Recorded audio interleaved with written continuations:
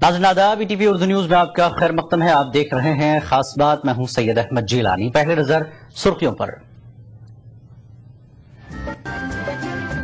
गुजरात के वजीर आला नरेंद्र मोदी की कसीदा ख्वानी महंगी पड़ी, जेडीयू से साबिर अली की छुट्टी।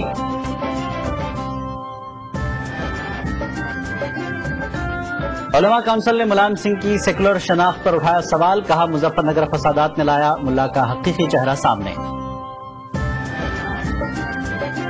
सी के जाफर शरीफ मान गए, कांग्रेस से नहीं तोड़ेंगे नाता, कांग्रेस स्टार कैंपेनर की फहरिस्त में शामिल।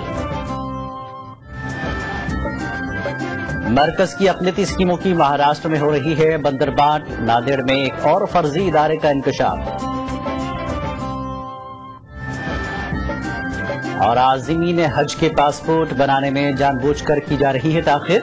उत्तर प्रदेश खुद्दाम हज्जाज कमेटी ने मरकजी वजीर पर अक़रबा परवरी का लगाया इल्जाम।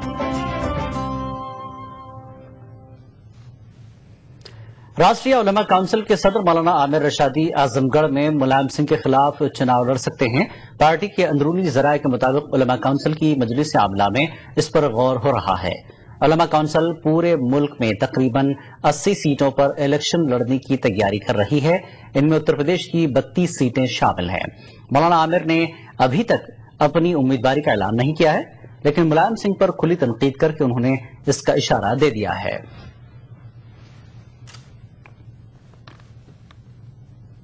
6% यादव वोट ये नेता बनते चले जा रहे कि तेरी चाहत में है मुलायम, तेरी चाहत में हम दरबदर हो गए, अपनी हस्ती से ही बेखबर हो गए, और तुम सबर कर सनम सैफई हो गए, हम उजड़ कर मुजफ्फरनगर हो गए। किस सांप्रदायिकता की बात होती है? उस सांप्रदायिकता की मैं तो समझता हूं कि अगर गुजरात में मोदी है तो मुलायम मोदी के बड़े भाई इस सिलसिले में, एक दंगे में वो मोदी हो गए तो 143 दंगे में अखिलेश उनके वालिद मोहतरम जनाब मुल्ला मुलायम सिंह संप्रदाय क्यों नहीं होते, और क्यों मोदी के बड़े भाई नहीं होते?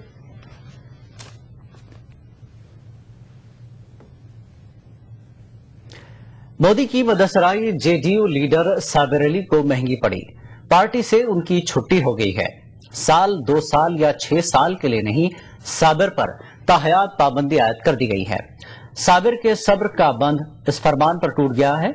उन्होंने केसी त्यागी को दलाल तक कह दिया है, जिसकी पार्टी में कोई हैसियत नहीं है। गुणगान करना न सिर्फ पार्टी विरोधी कार्य है बल्कि अमानवीय कार्य है, इसलिए उनको उम्मीदवारी समाप्त की जाती है और 6 साल के लिए नहीं, उम्र भर के लिए पार्टी से निकाला जाता है। नरेंद्र मोदी के इर्द गिर्द मुल्क की सियासत घूमती मालूम हो रही।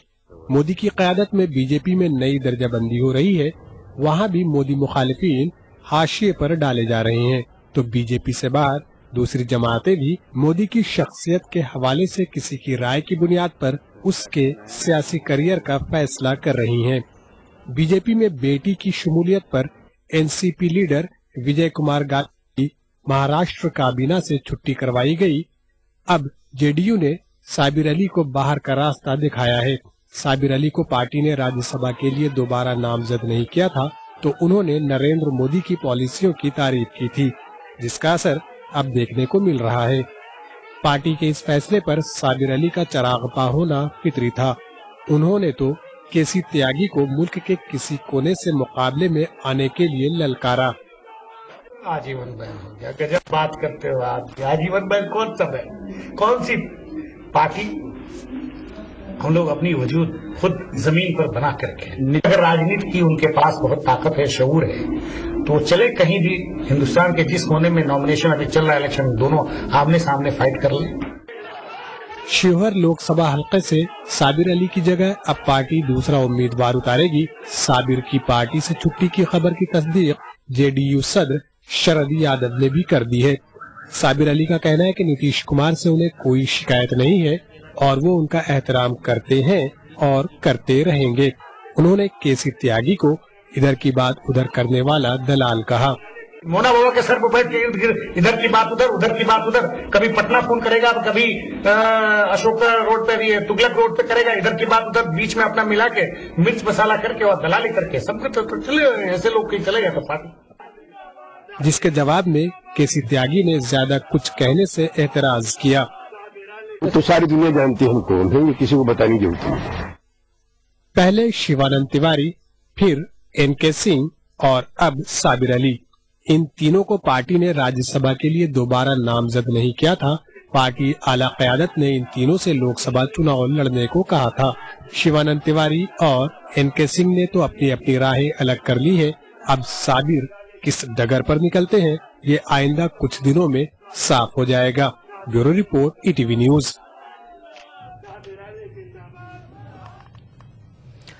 इंफॉर्मेशन टेक्नोलॉजी के मरकजी ममलिकती वजीर और जनूबी मुंबई पार्लिमानी हल्के से कांग्रेस के उम्मीदवार मिलिंद देवरा ने मुंबई में बसे गुजराती मुसलमान खांची जमात के प्रोग्रामों में शिरकत की। इस मौके पर जमात के नुमाइंदों ने घांची जमात को अक़लियतों के ओबीसी कोटे में शामिल करने का मुतालबा किया।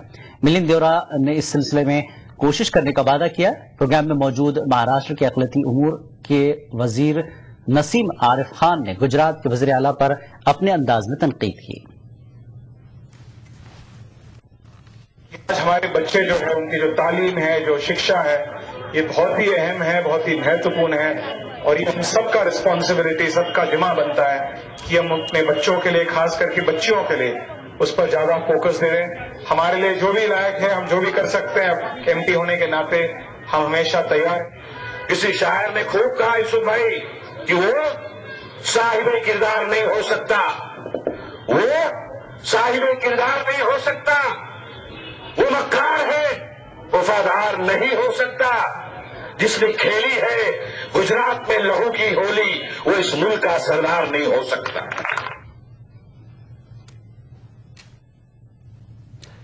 कांग्रेस के सीनियर लीडर सीके जाफर शरीफ की नाराजगी खत्म हो गई है।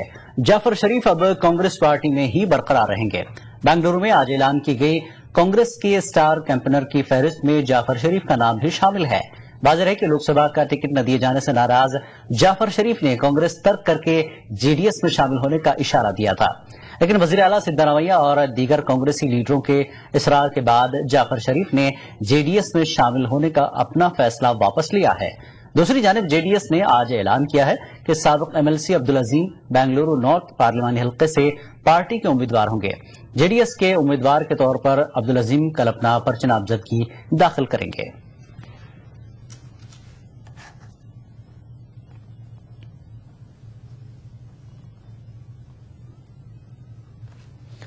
रिहाई मंच ने पार्लिमानी इंतखाबात के हवाले से तमाम सियासी जमातों के नाम इंतखाबी एजेंडा जारी किया है।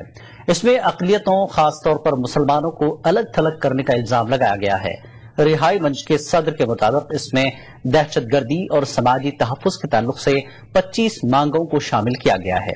रिहाई मंच मांगे पूरी करने वाली जमातों की हिमायत करने के लिए तैयार है।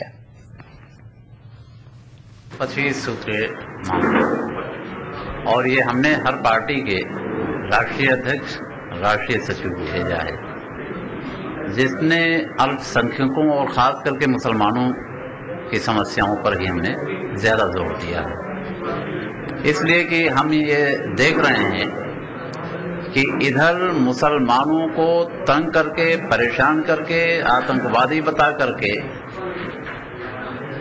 और मुख्य धारा से काटने की कोशिश की गई है।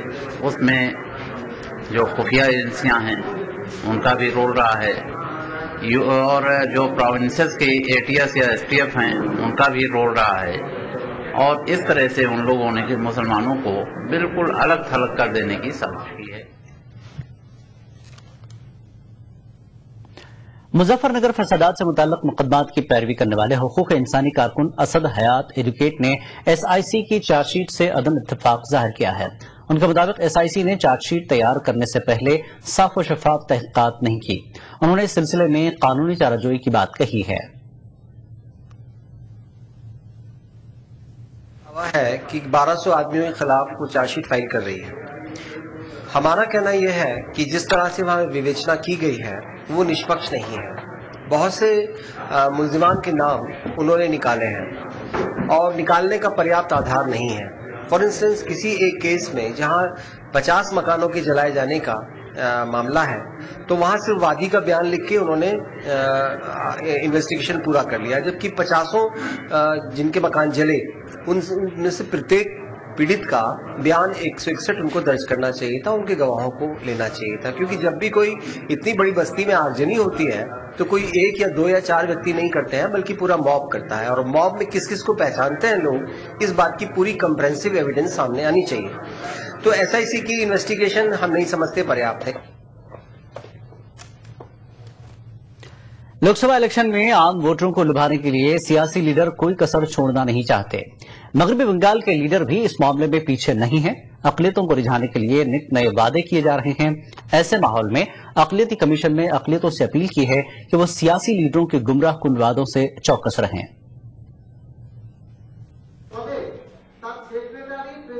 مغربی بنگال میں اقتدار تو بدل گیا لیکن اقلیتوں کی صورتحال میں کوئی تبدیلی نہیں آئی.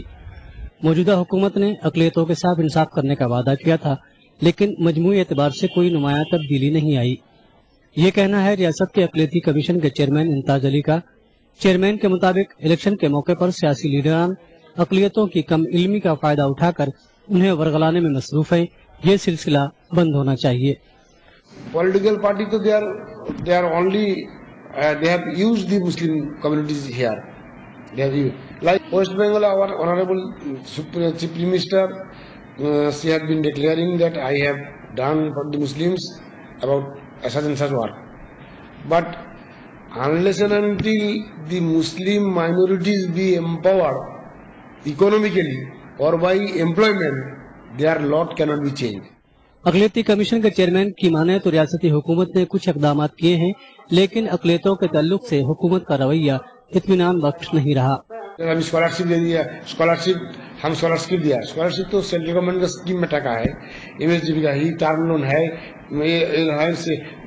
آپ کا اسکل ڈیولپمنٹ ہے، سینٹرل گورنمنٹ کا ٹکا ہے. کمیشن نے اقلیتوں میں بیداری پیدا کرنے کے لیے سماجی تنظیموں سے آگے آنے کی اپیل کی ہے. ETV news Kolkata. خاص بات کا سلسلہ جاری رہے گا ایک بریک کے بعد.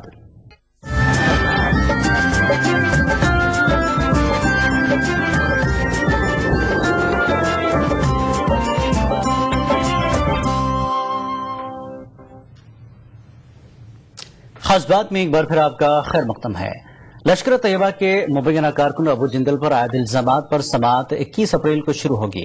دہلی کی ایک عدالت نے جندل کے خلاف الزامات وضع کرنے کے لیے NIA کی جانب سے تیار کی گئی چارج شیٹ پر سماعت سے اتفاق کیا ہے.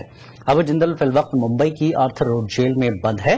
جندل پر 26/11 ممبئی حملوں سمیت ملک میں کئی دہشت گردانہ سرگرمیوں میں ملوث ہونے کا الزام ہے.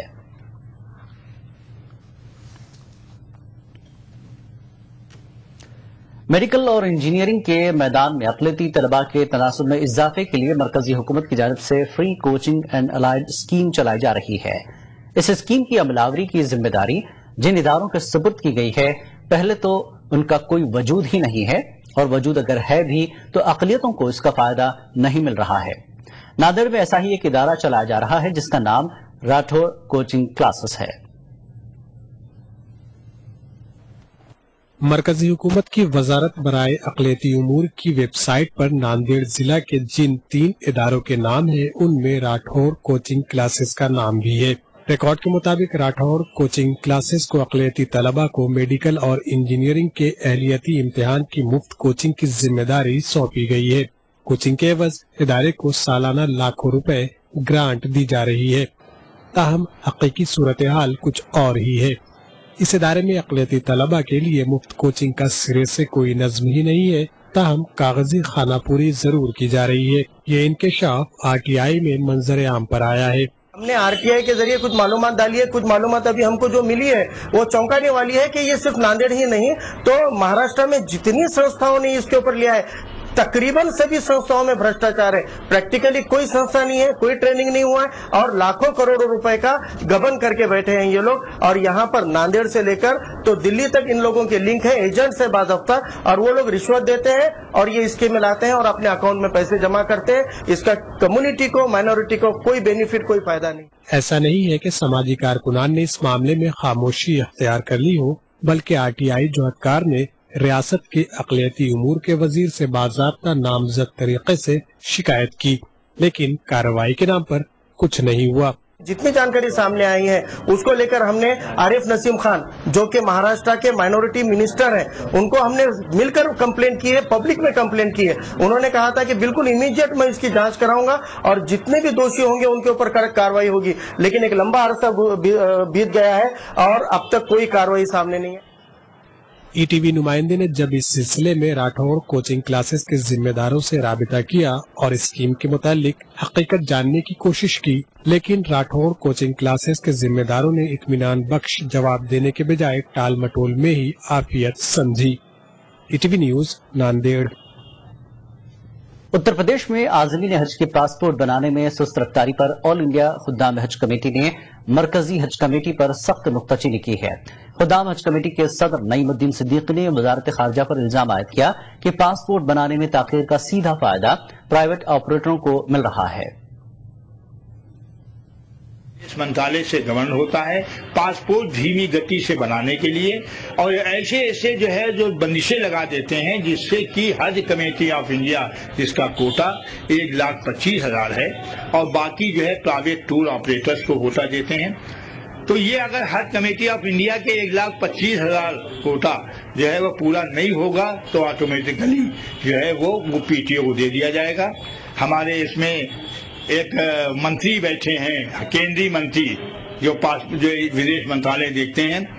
माफ करिएगा, मैं साफ साफ कह रहा हूं कि उनके लड़के, उनके भतीजे, उनके दामाद, इन सब का टूर ऑपरेटर्स का वहां पर बॉम्बे में, केरला में, बम्बई में, सब जगह इनके टूर ऑपरेटर बैठे हुए हैं जो PTO चलाते हैं, जो है टूर से जो है वो भेजते हैं हज में और बहुत पैसा लेते हैं। 3 लाख से लेकर 4 लाख ये सब देते हैं, फैसिलिटी देते हैं। लेकिन जो है वो आदमी, पब्लिक जो हज कमेटी से जाती है वो गरीब लोग जाते हैं।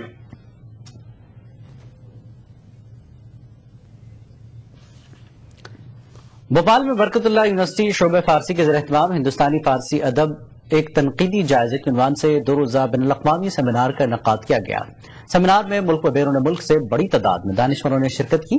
फारसी अदब के हवाले से हिंदुस्तान और ईरान के तहजीबी रिश्तों पर मुक़र्रिरीन ने अपने ख्यालात का इजहार किया। शोबा फारसी बरकतुल्लाह यूनिवर्सिटी भोपाल के ज़ेर-ए-एहतमाम भोपाल में मुनक़िदा 2 रोज़ा बैनुल-अक़वामी सेमिनार के इफ्तिताई तक़रीब से खिताब करते हुए दानिशवरों ने हिंदुस्तानी फारसी अदब के हवाले से हिंद ईरान के सदियों कदीम रिश्ते पर रोशनी डाली। दानिशवरों का ख्याल है कि हिंद ईरान के रिश्ते 5000 साल से ज्यादा कदीम हैं। इस तवील दौर में तहजीब व सकाफत और जबान व अदब के हवाले से दोनों मुल्कों में जो गैर मामूली काम किए गए उनका तकाबुली जायजा जरूरी है। जनाब, इसका मौजू है हिंदुस्तान में फारसी अदब का एक तनकीदी जायजा। इसके लिए हमारी कोशिश यह है कि इन पे नए नए मज़ामीन तरह तरह के लिखे जाएं, जिनसे पूरे हिंदुस्तान और ईरान का जो ताल्लुक है उसको भी बताया जाए और जो नए अदब की शक्ल है वो सामने आए।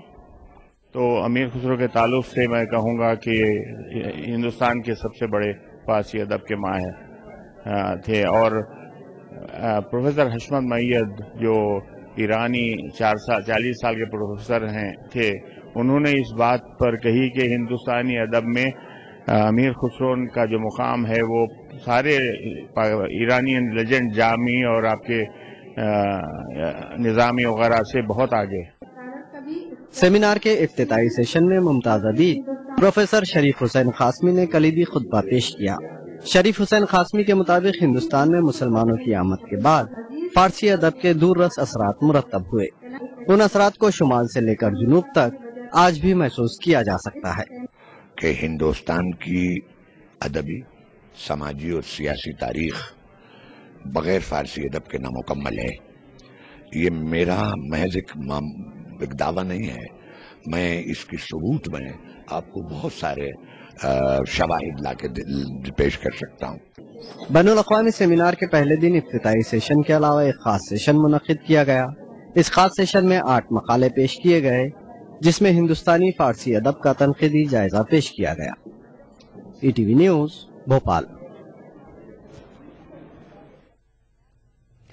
खास बात में फिलहाल इतना ही। आदाब।